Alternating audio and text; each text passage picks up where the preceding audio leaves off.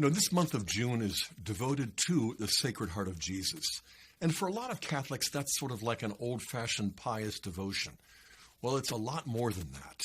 I discovered this way back when I was a new Catholic and I read an encyclical by Pope Pius XII that came out in the late 50s. It was entitled Harietis Aquis, and it's on devotion to the Sacred Heart. And there I found treasures of insight and wisdom into how it is that the heart of Jesus is the point of union, the bond between the divinity of our Lord and his humanity. The heart is more than a symbol. It is the center of our lives. It is the source of my very personhood.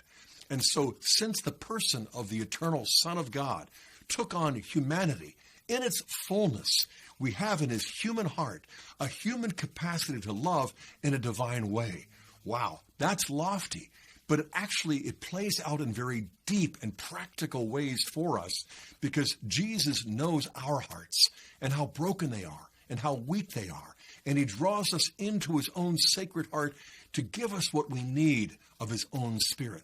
And at the same time, he invites us to share in a union of his own Sacred Heart and the Immaculate Heart of the Blessed Virgin Mary.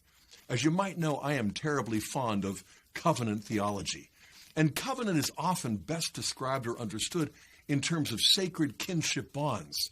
But even more deeply, the essence of the covenant is a union of wills. And that's what makes the new covenant the union of the will of Jesus and Mary. That is, in effect, the new Adam and the new Eve. Their two hearts beat as one. It goes beyond romance. It goes beyond devotion. It goes beyond theology because it touches us right where we are today in our own lives with our own heart condition. I don't know about you, but I need a transplant. I need the heart of stone to be taken out and replaced by the heart of flesh, just as Ezekiel prophesies in chapter 36. Let's ask our Lord to let us share in his love, the love of the Sacred Heart, not just for the month of June, but for the rest of our lives.